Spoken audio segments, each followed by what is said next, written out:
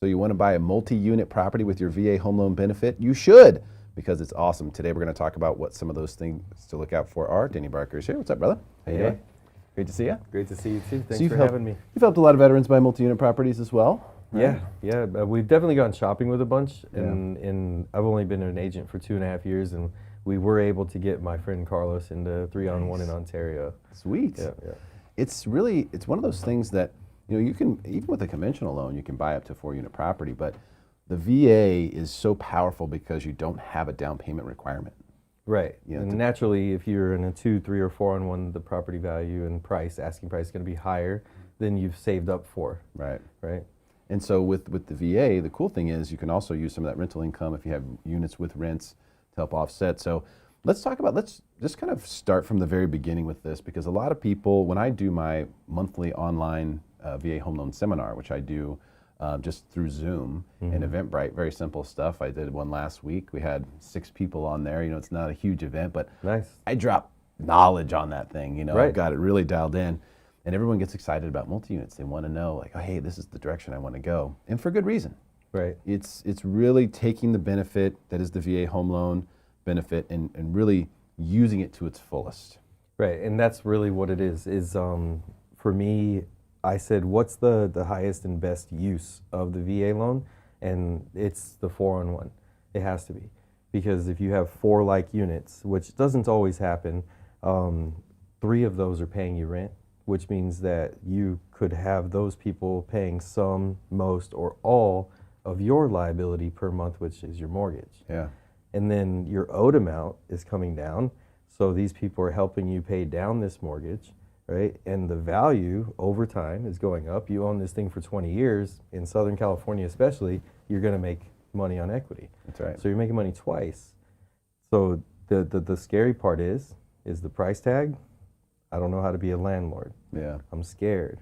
What if somebody's a bad tenant? What if they don't make their payment and I can't pay that part of it, right? So these are the things that we'll get into. Yeah, and I think those are all things that are worth considering. They're all normal, things to think about. I have one of my buddies who he bought a 2-unit and then he made a 3rd unit onto it. Smart. The unit that he lives in, the other 2 pay for the whole mortgage. Right. So he's set. Right. I mean, set. Right. He's got a good job, he's got VA disability check, and he's got other people paying for his housing. Right. And it's just one. I'm not talking about he went out and bought 10 different ones and spent, years accumulating. Just one. Just one purchase, and now he has 3 doors. He's got 3 doors. So how many doors do you own personally? That's a good question. I actually don't even know. For me, I own 1. You own 1 door? The one I live in, right? And that's enough. And I would like to change that. I've bought and sold 6 before, but now here I am, with all of this experience behind me, and I still only own the 1 door. So for me, my next use of a VA loan is definitely going to be a 2, 3, or 4-on-1. Yeah, if you can find, and the other thing is just, can you find them? And I think, looking at units is good, and there's different ways to invest in real estate too, which I should talk about more often, especially from a commercial standpoint, which I have a lot of money in commercial real estate. It's a little bit different concept. We don't really think about it in doors standpoint, but maybe we should, or maybe there should be some sort of correlation. Sure. But when you look at and this is still considered residential, even though we're talking about multi-unit, anything that's 4 units or under is considered residential real estate. Right. If you go residential or if you go housing that's above 5 units or more, now it's called commercial. And so the fact that you can go all the way up to that limit with your VA home loan benefit's amazing. But as you mentioned, it doesn't have to be 4 units. It could be 3 units. It could be 2 units. I'm from Missouri. Like your friend. Yeah. He was a 2-unit. I'm from Missouri, and back home, that's what everybody does. Everyone buys a duplex first. Nice. They live in one side, and they rent the other side out, and it almost makes the whole payment for them. Not quite, but they're paying $200-300 a month. And then as soon as they can, they buy another one. Yeah. And they rent that unit out, and then they rent the other unit out on that one. And by that time, those 3 tenants are paying for both mortgages. Absolutely. And that's the formula that I grew up understanding. And we came here to San Diego in 2005, early 2005. There really aren't duplexes here. There's some. There's 2 units. They're around. Yeah. But if you go through the neighborhood and see, oh, honey, look, these are duplexes, right? You're actually seeing single-family residences that share a wall with a neighbor, and they're sold individually. So there was a time in the history of San Diego where it was popular to build duplexes. Gotcha. But they sold them separately instead of together. And it might be the difference of the economy in Missouri, where Yeah. you can afford 2 doors at one shot, and the economy here, where you may be priced out, so maybe there's not a market for it. Yeah, it's a good question. I'm not sure why it's the case, but there's plenty of duplexes back home. There still is, but people caught on to it. Like I said, the group that I grew up with, that was their thing. Everybody was just buying duplexes. Right. And so here it's a little more difficult, and you kind of got to be prepared for that. There's also opportunities. I have other people who have purchased a home, veteran buyers using the VA loan, bought a home a couple years ago. Now it's worth $300,000 more than it was back then. They're going in, taking cash out, using the VA cash out refinance, and building ADUs or building multiple ADUs. Yeah, which, by the way, call Derrick if you need a VA cash out, because right now is one of the very small opportunities to go 100% loan to value. It's only been available back in 05, 06, 07, and then it went away for 10 or 15 years. So it might not be around forever. Yeah, you never know. I mean, it's totally possible. Things can change in the lending space, no question, but you can definitely do 100% VA cash out right now. Today, yes. Today it can be done. You can access all of your equity. And if you have a disability rating, you don't pay a VA funding fee. That's a huge benefit when you're doing a cash out, because the cash out funding fee is higher. It's the highest one. Right. So we always take a look at that and make sure, what is my cost for capital? I'm so glad that I didn't learn that until after I got out of the Navy. Because did I pay a 3.6% funding fee? Yes, I did. You did cash out refi? Absolutely, yeah. I didn't know, Yeah. right? There was one time when I became aware of it, when I bought our house in North Carolina, that I knew if I put 5% down, the VA funding fee goes, at that time it was 3.3% to 1.6. Yeah. So now if you do that, it's 1.65 for you active duty or non-disabled guys out there. Yeah. But for me to buy $1 million home, zero money down, $6,000 in closing costs, was incredible, especially when it says you owe exactly what you bought this house for, because there was no funding fee because you're disabled. That was incredible. Yeah. Well, it takes, when I do my presentation, we talk about the one con to the VA loan is the VA funding fee. That's it. There's the one thing that anyone can point at and say, hey, this isn't a good thing. But you have to realize that's what funds the whole program. That's right. That's what allows everyone to be able to use it. So if you have to pay a funding fee, just know that's how they make this possible. Well, FHA has a funding fee. Right. And they have PMI. Right. Right?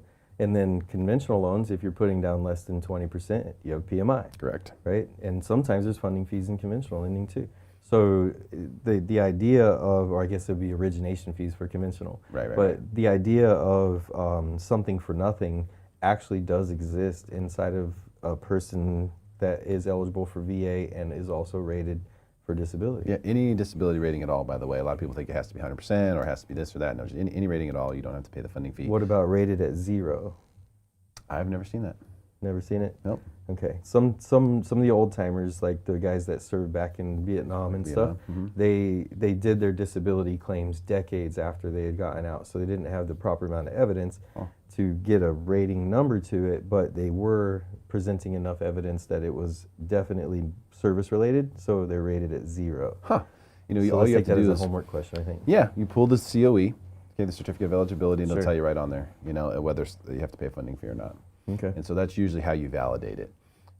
In my experience, if you have a disability rating of any kind, some people have very light ratings. They're getting $140 a month or something like that. Sure, like a 10% rating. No funding fee. Okay. So that is my experience. I have not seen that, but I know this. A lot of Vietnam veterans out there, and if you're one of them, deserve to be getting paid for disability rating and have not gone through the paperwork, didn't want to deal with the military anymore, didn't want to deal with the government anymore. There's actually a company that I know I can refer you to who will do legwork for you on this, who will deal with all the BS, and they don't take any payment until after you get your lump sum and you get your rating. So if you're in that boat, let me know and we'll help get you to shore. So the rating is obviously very helpful. The VA loan is the most powerful loan out there, no question, especially when we're talking about multi-unit properties like this. Oh, yeah. Some people have asked me, and I want you to get your opinion on this, should I start off buying a multi-unit? Should I begin, there, or should I go ahead and buy a house first, just a single, something that's simpler, that's more accessible, that's easier for me to understand, and then kind of graduate myself into a multi-unit scenario? Okay, so To answer this question, I think it has to be multi-layered in the sense that, yes, you should start off buying a 4-unit property if you can qualify for it today. The second part of that is please hire a property manager so that you can learn how professionals rent properties out to other people, how they behave with them, and keep them on for a couple of years is my opinion, because every year they'll do a new lease, they'll do a new rate for the rent, and it'll keep you and your property performing well. The other reason why I would say yes, start with a 4-on-1 is because naturally 4-on-1s are more expensive. So if you were to own it for a short period of time, and in that market that you were going to buy the 4-on-1 here and the single unit there, the 4-on-1 is going to grow in value faster and give you more to leverage to go buy more doors. And that's for a person who's going to collect doors, right? For me and my wife, we bought a 1-bedroom condo, then a 2-bedroom condo, then a 3-bedroom house, then a 4-bedroom house, then a 4-bedroom house, then a 4-bedroom house, right? So at a certain point, we were satiated at 4 bedrooms, Yeah. right? If that's not you, and you're going to leverage one door for another door for another door for another door, the idea there is you're not collecting doors or building a portfolio. You're literally just owning your liability, right? And we can get into the liability asset talk for days, Right. But when you buy one door, it's a liability that you're living in. When you buy the 4 doors, you have an asset and you're living in it. Yeah, it's huge. There's a lot of other benefits to it. Huge benefits to that. We talk about collecting rent. You're the one who's technically paying the interest and writing that off as an expense. You're the one who's writing off every expense associated with the property. There's lots of really, really big benefits. And I agree with you on that. My opinion on it is you go ahead and you buy, you want to get your forever home at the end of the trail, if you can. I finally got it. So, you go and you get the stuff that you want to accumulate and eventually rent out. You get that stuff first. For sure. You rough it a little bit, maybe while kids are younger, you don't have kids yet, or, you're in that period where you can say, you know what, I'm going to buy in this neighborhood because I know this neighborhood is going to do really, really well 10 years from now. Right now, maybe it's not the best. Maybe it doesn't have a great school district, but I've gone down to the city. I've talked to them. The 15-year plan is amazing. That's the kind of thing you do first. Don't try to do that later. Do that early. And then eventually get to the point where you land on your dream home. Speaking of, so if we both agree that we should be looking at multi-units. Okay. Let's get in the trenches real quick. I think that's something people will be interested in understanding. It's like, okay, so I'm a VA buyer. I'm looking at multi-unit properties. This is a tough market. Right. I'm immediately discouraged by the fact that I know that it's a tough market. Who am I up against? How do I compete here and win? So I think that anybody who's shopping for a 2, 3, or 4-on-1 is by definition savvy in real estate. They're probably sophisticated. They probably have a lot in the bank, or they have a stock portfolio or a real estate portfolio that is very impressive. All of these things are given to evidence to the listing agent to sell your competition as a better buyer than you, right? So what we have to lean on, and what I did lean on, was this is a veteran. He has this entitlement, not benefit. He has this entitlement that he's going to use. And by the way, do you know how the VA works with a 2, 3, or 4-on-1 to the listing agent? And he divulged he didn't. So I spent an hour and a half on the phone with him, explaining to him why a VA offer is actually stronger than this savvy, sophisticated person. Because one, we're going to go in and we're going to do inspections and make sure that health and safety is covered, and we're not going to ask for anything extra, right? Then we're going to go against this guy who's sophisticated. What does this guy wake up wanting to do, right? I met an investor one day. His name is Joseph, and this Joseph fella called me one day and had me pay for something that was supposed to be his closing costs. And when I later met with him, I said, hey, remember I paid for that thing? And we were just joking. And he said, oh yeah, that was my $1,000 win that day. And I said, what? And he said, every day I wake up, I have to win $1,000. So do you want to get into escrow with that guy? Or do you want to get into escrow with somebody who's looking for a home for their family that would like to have extra doors and have an asset instead of a liability? Yeah, it's a huge opportunity for a seller to be able to give to a veteran. And I've seen it happen with my own 2 eyes multiple times where people, it's life-changing. They're able to get into these properties, they're able to set themselves up in a way that's literally they could be set for life Right. just by this one, piece of grace. Absolutely. Sorry, Carrie. So, I think that for sellers out there, yes, the investor offer, the guy with a bunch of money in the bank, it may look like a great offer, but you're right, that guy is much more likely to pick you apart. He's much more likely to have other options to choose from. For sure. Whereas our VA buyer, if you give them the opportunity, they'll do everything they can to get to the finish line. Absolutely. In the one that Oscar had bought, we caught it just in time. The listing agent and the team of investors that did the renovation to the property had placed 2 tenants in the other 2 doors. His is a 3-on-1. And that was great because we were able to use those leases as income for your part of the job. And on that 3rd door, they were about to place a tenant. And I called the listing agent. I said, hey, if you're at all considering my offer, right? I understand if you're not, but if you're at all considering my offer, you will not place that 3rd door. I need it. That's right. The member has to live in it. You got to occupy. Right. So that's something that really, if you take 30 residential income listings in San Diego right now, right? If you take 30 of those, how many of those have a door that's available for the member to live in, for the buyer to live in, right? It's not normal.